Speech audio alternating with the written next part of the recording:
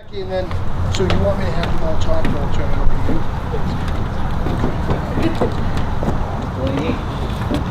How you going? How are you? How you doing?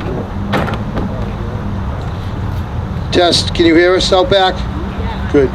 Well, good evening, everyone. And again, we appreciate everyone taking their time out to come here tonight. This is a very important night to us. I think we've come a long way since we started all working together with Phil Leahy and Diana DeZoglio back in 2013. And we've come an extremely long way in the last year. But the truth of the matter is, we only come as far as we've come because of the help of everybody here and the love and compassion everyone has. I have to say, what I've learned in the past 3 years from attending the meetings and talking to everybody is more than I've learned the 27 years before that as law enforcement. So we've come a long way, and you know we truly believe in everything we're doing, and we're going to continue to fight this terrible disease as long as we're alive. I said the exciting news for us is this year alone, our overdoses compared to last year that have been reported to us are down 20%. So we attribute that to the excellent work of everybody and the work of all the people behind us. We also believe a lot of the calls are down because this Narcan is readily available. The sad side of these news is that last year we had 4 deaths at this point in Methuen. This year we have 6.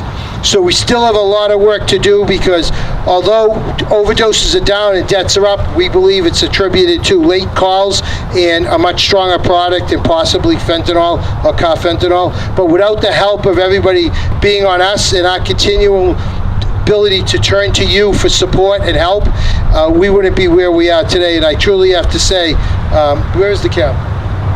Captain Mahoney. Oh, he's hiding back there.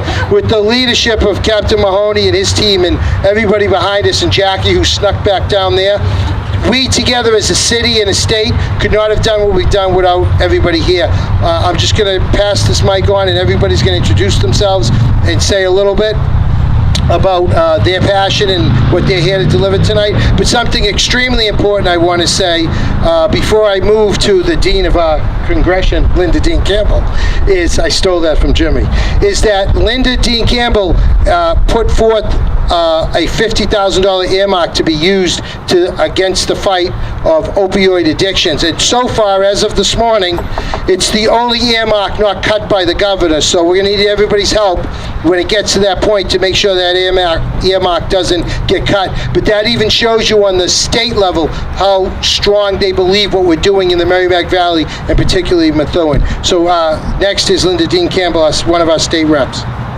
Thank you, Chief. And you know, my good colleagues here, my good friends from the delegation are here, and you'll hear from Diana in a moment, who we all know how passionate she is about this issue. But I also want to introduce Dennis Marcello, who is here from Senator Katie Ives' office. She could not be here this evening, but she sent Dennis to be here with you.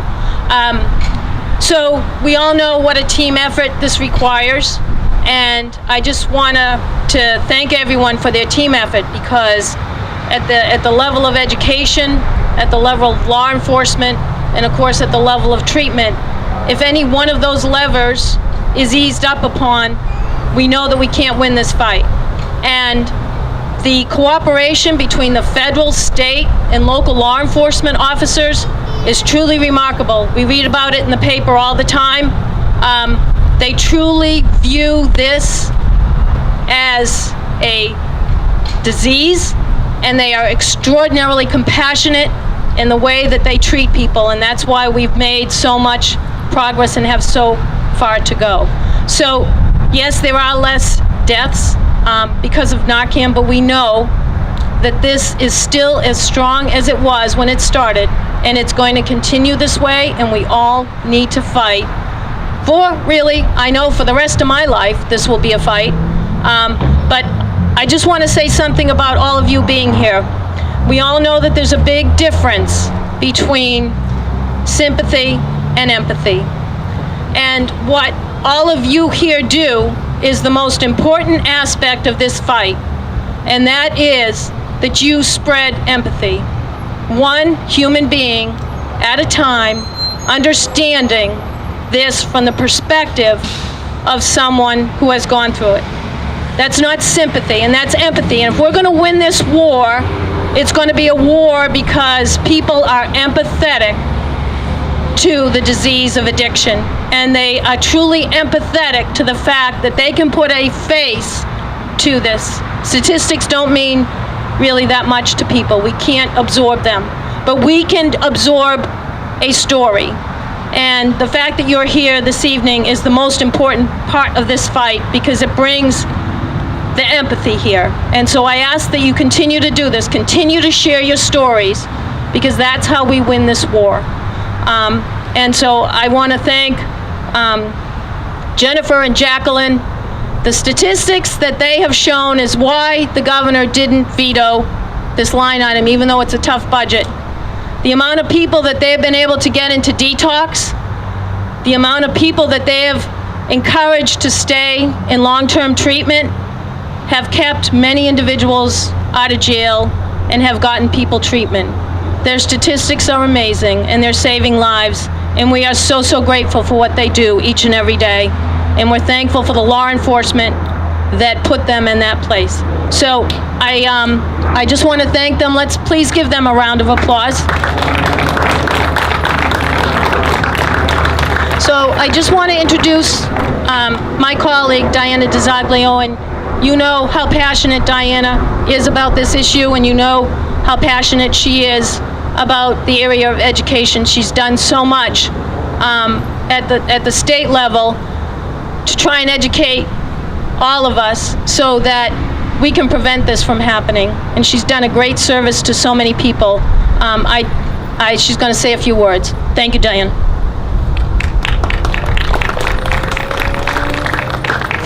I feel so far away from you all up here. I want to come down a little bit if that's okay, as long as the microphone's going to be okay. Are we good? Okay, good.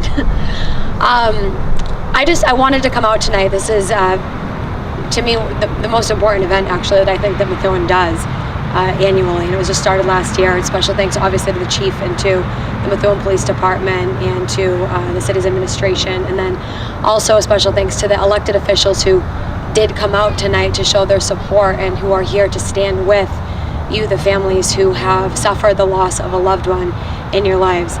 I'm not going to get into any policy discussions right now. I don't really feel like it's the time for that. I think tonight is a time to reflect and remember your loved ones, your family members that you've lost, whether it was recently, whether it was a long time ago. We've come together tonight to stand together as a community, to show support for one another, to show love to one another, and to reach out to people that maybe we can help and offer support to. I can't imagine. I have people in my family, several people in my family, who are still struggling with heroin addiction. I can't even imagine that one of them will overdose, and what the impact is going to be on my family and on my loved ones if that happened. I don't know if I would be strong enough to come out here like many of you are doing tonight. So I look at that and I see you all out here, and it just really encourages me and it really inspires me to keep going. So what you're doing right now, know that you are making a big impact simply by even being here tonight. And the struggle is continuing. We heard the words of encouragement by the chief. We are seeing a decrease, and that's actually statewide. DPH reported that statewide right now we're seeing a decrease in overdoses, which is fantastic news, but we still have so much work to do. A quick story, I recently was in Boston with a friend after work. We were at a restaurant. I went into the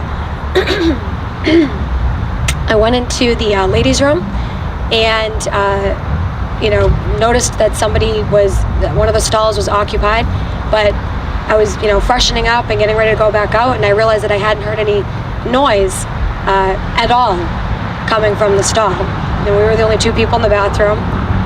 The stall was clearly occupied, but I just didn't hear any movement. So I checked and said, "Hello, is everybody okay in there? Just want to check. Is anybody else in the bathroom with me? Just want to check." And I heard no response. So I thought to myself, maybe there's not anybody in there. So I just went over and just knocked. Is anybody in there? No response. So no response, you look in just to make sure. And when I looked in, there was a young woman in what appeared to be around her late 20s, maybe early 30s.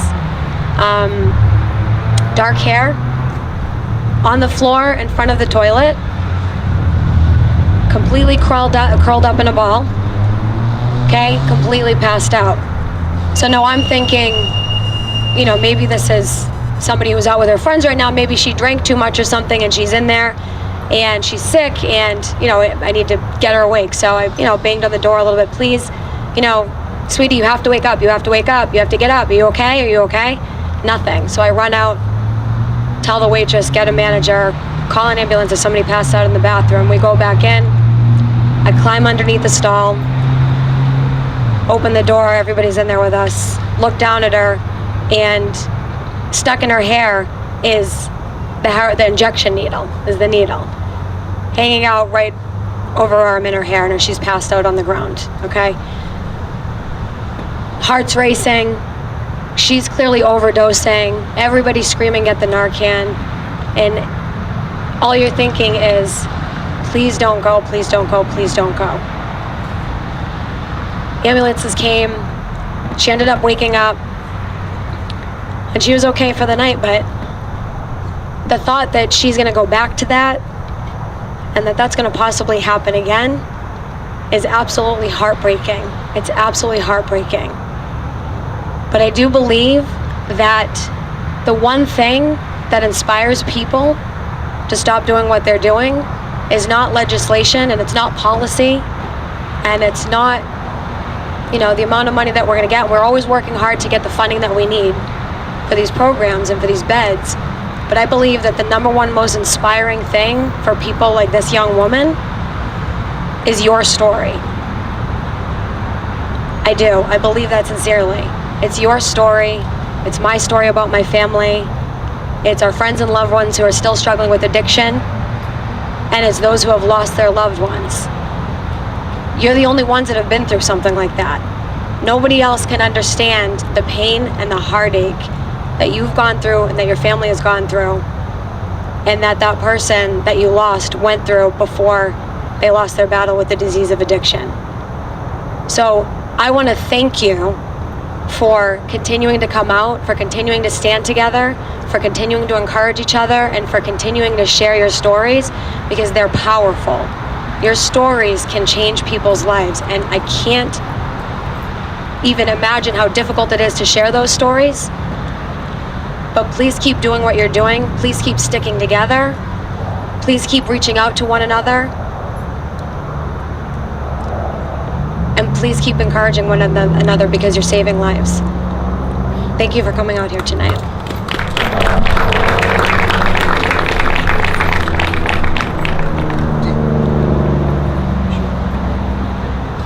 Hi everyone, my name is Dean Bruder, and I'm the Methuen Public Schools Drug and Alcohol Resource Coordinator.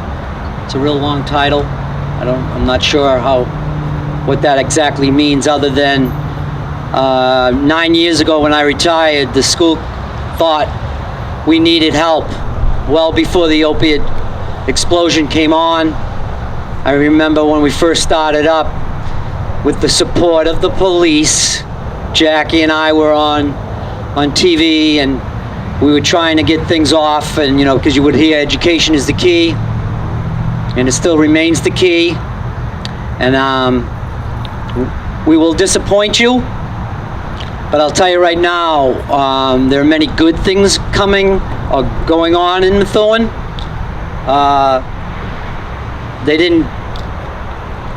My son's time didn't coincide with what's going on here, but many of you tried to help him. Many of you were kind to him. I know some of my deepest, closest friends were with him the night before he went.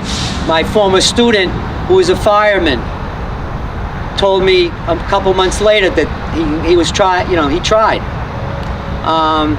I can't thank this city enough, even though my heart is broken.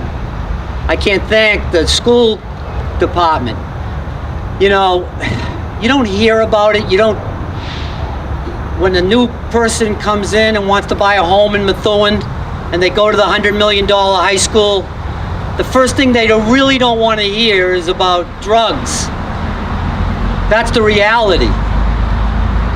And so it's not easy, but I'm telling you, I've seen things that I never heard of. Mental health, they're dealing with, they're talking about depression and anxiety. This is guidance. This isn't just the MCAS scores, which are obviously very important. This is about trying to find out about what our children what's going on in their hearts and souls, not just their scores. I'll briefly say last night at Methuen High, we had Michael Gorman. I don't know if many of you heard of him. He's very humble, unlike myself. He's very quiet. He graduated from Methuen High on a full boat to Anna Maria. His best friend is George Niag. I don't know if I'm pronouncing that correct. He's MBA, tried out for the Indiana Pacers. But Michael graduated and he went into the streets after college. He went down Essex Street and he would drop off little postcards to streetwalkers and people on the street, and people that I and you and maybe we'd roll up our windows and drive right by. That young man who doesn't have a drug history would say, believe in yourself, and then just didn't go away. He'd come back the next week and give a Dunkin' Donuts card to the same streetwalker, all because of drugs, but he found time in his life to do that. Now, normally the most effective people who do that are people who have lost their own children. I'm an expert on drugs, and I had to learn the hard way. And all my expertise didn't stop my son from making that fatal decision. Michael Gorman last night spoke in front of the athletes and their parents who should and have to attend. Jeff Osgood, Matt Curran. And he spoke humbly, and he has over like 150 kids from the streets of Lawrence, Methuen, and Lowell that meet with them. And he somehow has been able to get vouchers to bring them to a zoo. And some of these kids never saw a wild animal in their lives. These are the things that really matter. These are really, really important. I spent 4 hours with Officer Gunther one day, 4 hours going through the streets. And I was like, oh my God, I could never do that job. And so I want you to know, when people talk about education, I'm not here as just a representative of the high school, but that I see the children every day. I'm not totally satisfied. I'll never be. How can I be? If one ODs, that's too many, because it could be your child. So I'm not here to preach, believe me. I have very little left in the tank. But when it comes to one-on-one and they let me talk to your children, and I have some privacy, and I can talk to them. Oh, there he is. Oh my God. Michael Gorman, please raise your hand for me. I'm telling you here, right now, you're gonna hear more about that young man. That young man sat in my class, and I think maybe, just maybe, I hope he can find a way into our school system. We need people like Michael. We need all of you. So I'm going to be quiet now. I just left therapy, okay? For my 7-year-old grandson who found his father on the bathroom floor.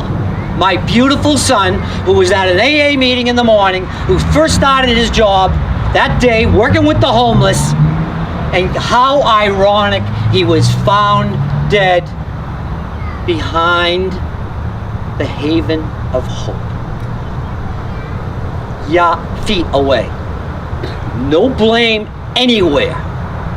But I will never forget my son, but I will never forget the kindness and love and support that this community has given me by allowing me to be fractured a little bit and still operate in the school. I see it as a privilege, as an honor, and I'm not gonna give up. And I've been at this for a long time, like a lot of you. So I'm no freaking hero. That's acceptable, I hope. I just want to tell you that please bring a friend, help a friend. Too many people are walking through people.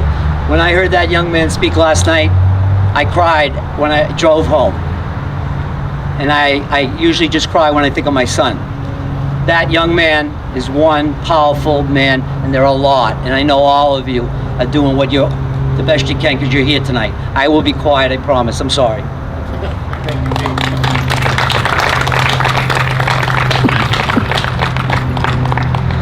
Hi, my name is Jessica Finicaro, and I serve representing Methuen on the Greater Lawrence Technical School Committee, which represents Methuen, Lawrence, North Andover, and Andover. And I just want to thank everybody for being here today. I see so many faces that were here last year, and there's a lot of different opportunities throughout the year. If you can connect with a group, if you haven't already, called Merrimack Valley MVP ASAP. It's a place where all of us can get together and talk about our experiences, talk about our loved ones that we've lost, talk about what's going on with our state delegation and what they're working on doing, talk with law enforcement and all the things that they've been doing, and thank you so much, Chief, and all of your officers for doing so much and being so creative and adapting to what we've seen so far. I think that tonight is a great opportunity for us to lean on each other. All of us have lost so many people. So many people don't even know. There are people who they've lost that they don't even know that they've lost due to drugs, because there is so much stigma still attached to this issue that sometimes people are afraid to even say what happened, and that's okay. I myself has lost an uncle, a great uncle, 3 cousins, and a handful of friends from high school, including one who was my best friend. And I think that if every single time that we come together and talk like this with each other, it's one more step. It's using that strength to hold each other up. It's using that strength that we have to find within ourselves to move on and use the memory of the people that we've lost to help other families so that they won't lose in the same way that we've lost, and prevent as many as possible. And even if it takes all the time in the world, one is enough.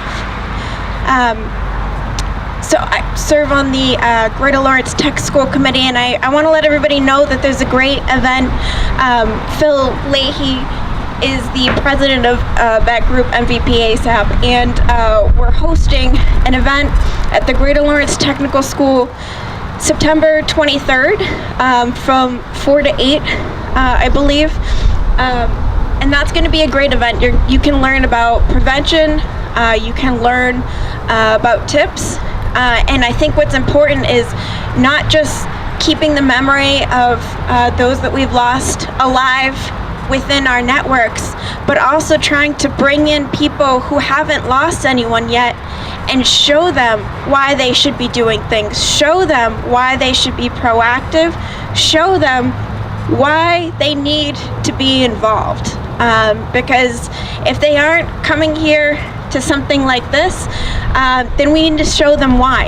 And then it can happen to every single person, everywhere, at any time. And that's what we really need to show people. So if you are available, please come on September 23rd. Invite people that you think might be interested. But whenever you're talking to other people, try and remember that I think the best way that we can be helpful in serving the memories, at least the way that I feel, serving the memories of the people that I've lost, is by helping other people who may not realize that they're at risk for losing those same family members. So the schools, that's our best place to start, and thank you so much for doing all the things that you guys have done so far for that, but I think that we need even more, and thank you to our delegation for working on that. So thank you all for being here.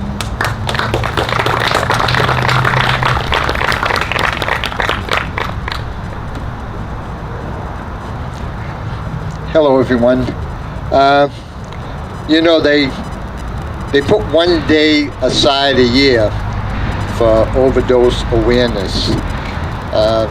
Those of us that have been involved, it's not a one-day-a-year thing.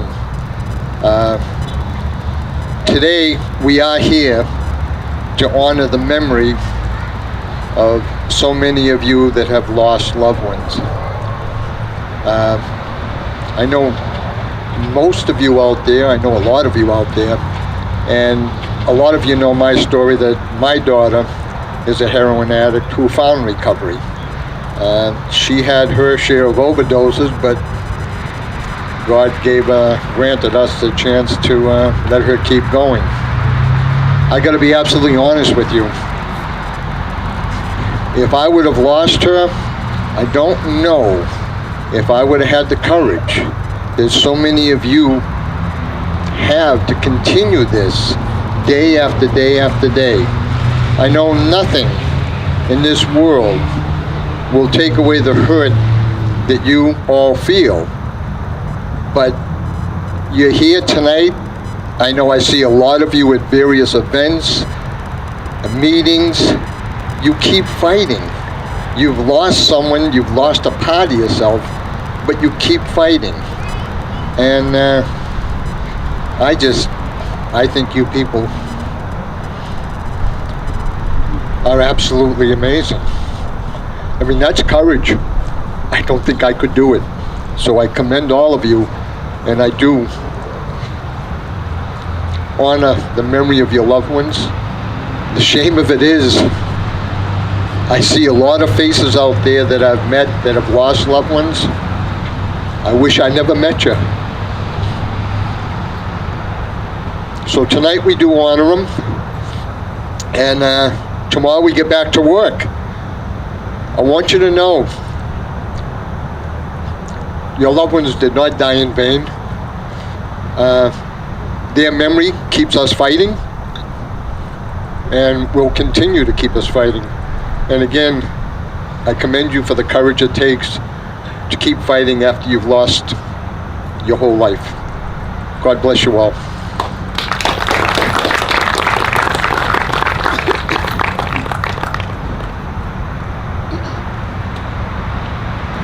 Good evening, everyone. My name is Jackie Ingersoll, and I'm a community engagement specialist with Methuen Police. I'd like to thank everyone for coming out tonight. We want to know if anyone would like to speak on behalf of their loved ones or have anything to say.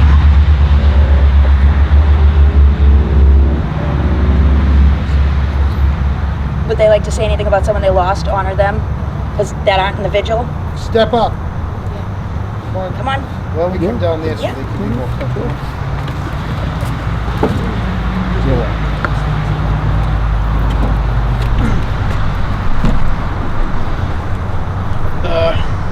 Nobody here knows me except for my mother and my sister. And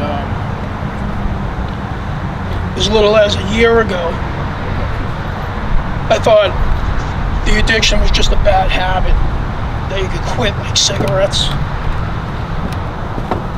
And I now know that it's not. That it's a disease that right now really has no cure. Narcan is a Band-Aid, but it works. It helps out. Vivitrol, same thing. I don't know what the answer is to actually put a cure to this, but something definitely needs to be done. We brought my brother's ashes home today. He just passed away 5 days ago.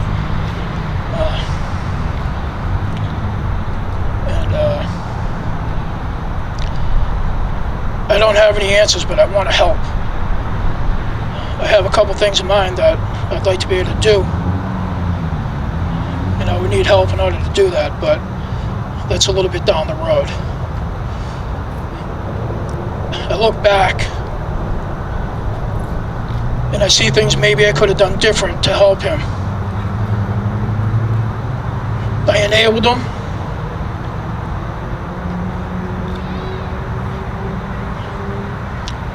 You know, I let him stay at my place. He had no place to live so many times. And I feel like I should have put him under my wing instead of under my roof. And, man, I love this guy. Like, since I was this tall. My biggest fear actually came true. And like I said, I don't have answers to any of this stuff. But I'm willing to help because this is painful, man. We keep on going through this crap and something needs to be done. And you just gotta stick by that person. You gotta listen. You gotta open your heart. You gotta open your mind. You gotta hold them accountable, but treat them like a human. I lost people on Facebook because we would get into arguments about whether it's a disease or whether it's a bad habit that somebody could just quit. And I was hearing this from people that are actually in the medical field, man. And that really disturbed me because they can't just quit. Some of them can, some of them, they find it within themselves through, through God or just in their heart or something, but I don't know. I feel like I'm not making much sense right now. But whatever I can do to try to help, I don't want to meet any of you. I don't want to meet anybody under these circumstances.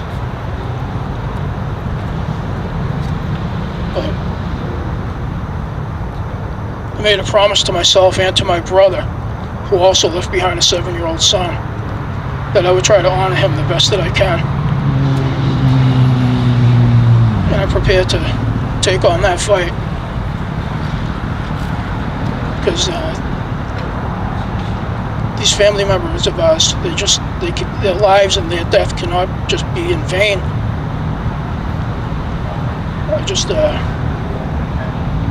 That's really all I gotta say. Thank you. Would you like to speak? Here, I can bring it up to you. The only thing I want to say is that I've learned more since his death about addiction than I knew before, which is sad for me. And thanks to Phil. Phil joined that group, and it's just, so learn all you can. But the one thing I do want to say is to everybody out there, the drug addiction did not define who our child or our brother or whoever, that did not define who they were. And that's what needs to be said so that the stigma goes away.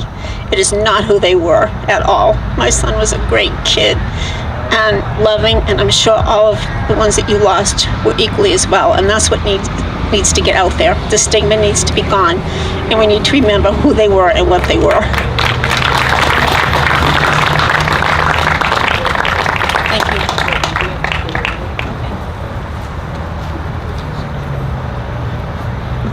Hi everybody, my name is Michael. I just want to talk for a few minutes, about addiction in general. I worked at adolescent detox out in Worcester for 13 to 18-year-olds struggling with substance abuse. That's where I started. I then went to Tewksbury Detox, and I worked there for a year. And I'm currently working at the Methadone Clinic in Haverhill, and I actually work at the Daybreak Shelter in Lawrence as well. So I see it every day. I've lost the closest people in my life to addiction. It's not easy, to go day in, day out without seeing that person you used to seeing every single day. It's a struggle. It's a quote I live by, a line I live by every single day is love the addict, hate the addiction. I live by that every single day, love the addict, hate the addiction. There's still a stigma out there, and my goal, as many others I believe, is to, end that stigma and show people that, people struggling with addiction are just people as well. I feel like so many people out there look at them as, it was their choice to get into it, let them be, it's their own fault. But that's not the case. They're still people. I have never met someone, you're not born wanting to be a heroin addict. You're not born like that. You get into it, disease, addiction is the worst disease you could think of. It really is. It's an everyday battle. You could be clean for 10 years, and it's an everyday battle to stay clean every single day after that. My story personally, I used to go to Lawrence day in, day out. I studied the streets of Lawrence for 2 years. Every bridge, every alleyway, under every truck behind McDonald's. You think of the street, I've been there. And I studied the streets before I actually got engaged to it. I kind of took a different perspective into it. I didn't just, go up to a homeless person or an addict and give them clothes or food and say, take care. I kind of want to work my way into your heart slowly. So I would, I started a program, and I would tell these kids, write on an index card, believe in yourself, or, take a deep breath, it's gonna be okay, or one day at a time. And I would go to these streetwalkers or these females, selling their body to support their habit, on Broadway at night. And I would just hand them the index card, and you hand them an index card that says, it's okay, take it one day at a time. Their reaction to it was like, wow, like this person really cares about, my well-being. And I would start just with an index card to then like a Dunkin' Donuts card. Let's go get coffee together, let's go talk. I see you at the same level. I believe in motivational interviewing. I'm not no better than you, even if you're an addict. I see you where you're at right now, and we'll go one day at a time to try to achieve this sobriety goal that you have. And I just give every single one of you guys credit. I'm sure you guys have all lost someone close to your heart, but keep fighting this fight. And I do believe that one day, things will be different, but we have to keep the hope, because hope, love, those are the two things that we have to have to, try to accomplish this task. So, like I said, one day at a time, guys, and I do have faith, and I do believe, and I hope you guys do believe too. You guys are all strong right here, and just keep that hope, please, really keep that hope. And if anybody wants to talk, or anybody needs anybody, always here, one call away. That's all I really got to say, but I just wanted to say that really quick to all of you. Really did. Would anyone else like to speak?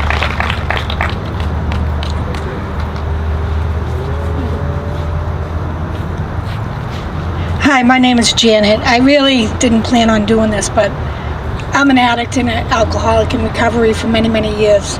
I have a strong faith in a higher power who carries me daily, every moment of my life. I've suffered losses. I'm sorry for all of you who have suffered losses. I'm here because there's hope. There is hope for all of us.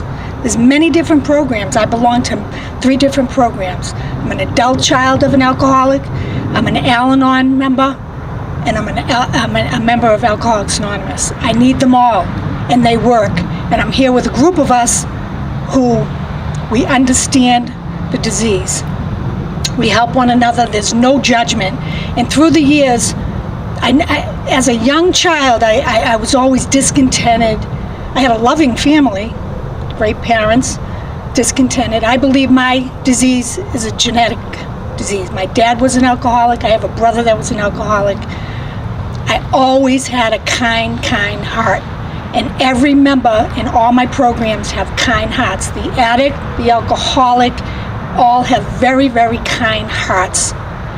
And there is hope. There's hope for every one of us out here. And I love these programs, love them. Because I suffered many years with the drink and the drug. 31 years from a very young age. Started the cigarette at 12 years old, picked up the drink at 13. Drunk, blackout, the whole bit, vomited.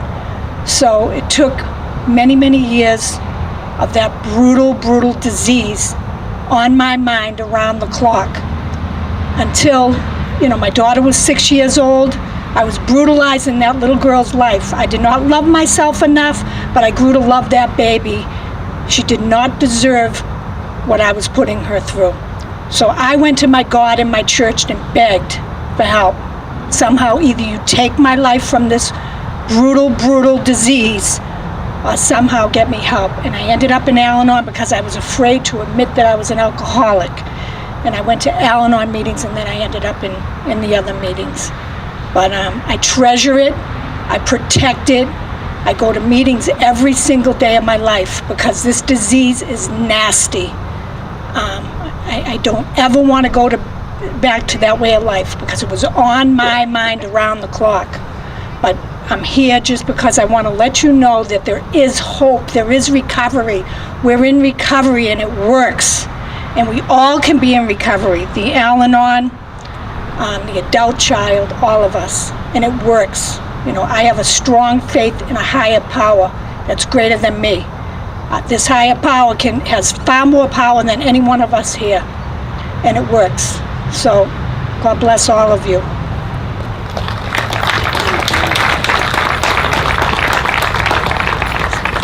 Is there anyone else who'd like to say a few words?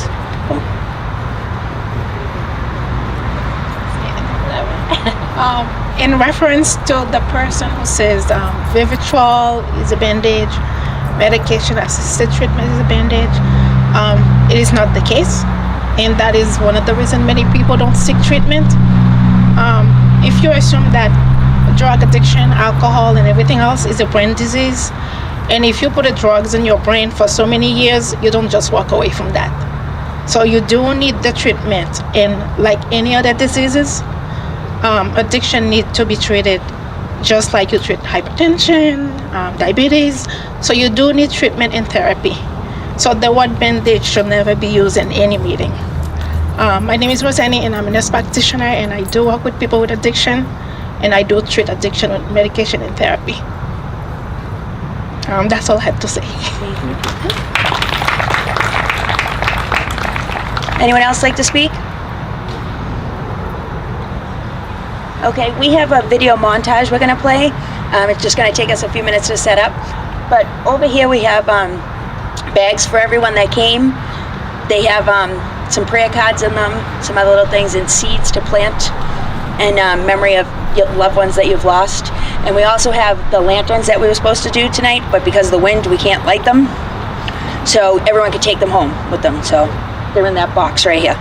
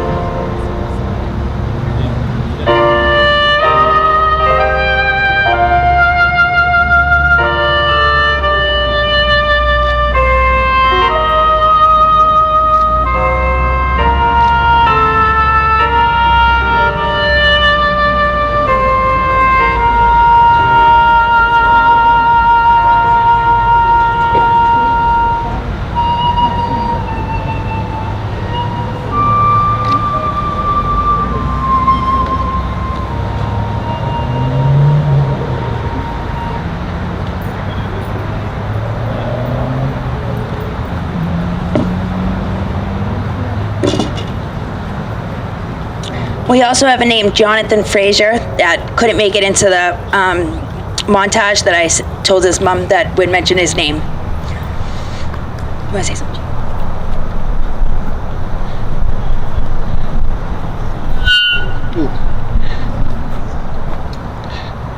As we move towards the end tonight, we just want to remember everybody and ask the Lord and whoever else we pray to for spiritual help, that He look upon us and give us the strength to continue for the loved ones that we lost. I know the loved ones would want us to continue and to make the most out of their life and to carry their message forward.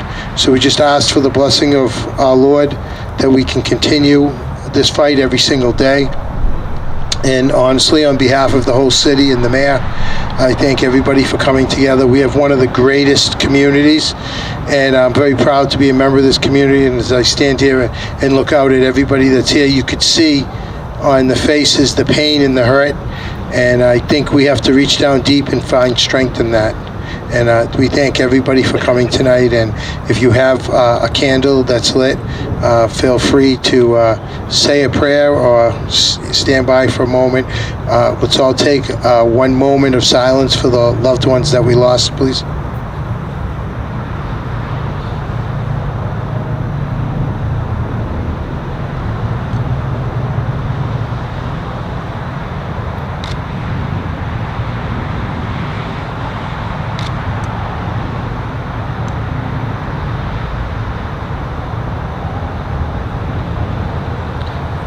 Thank you all very much for participating. We're going to stay around tonight for a little longer. If anybody would like to talk with anyone, feel free to use the park as long as you can. Thank you.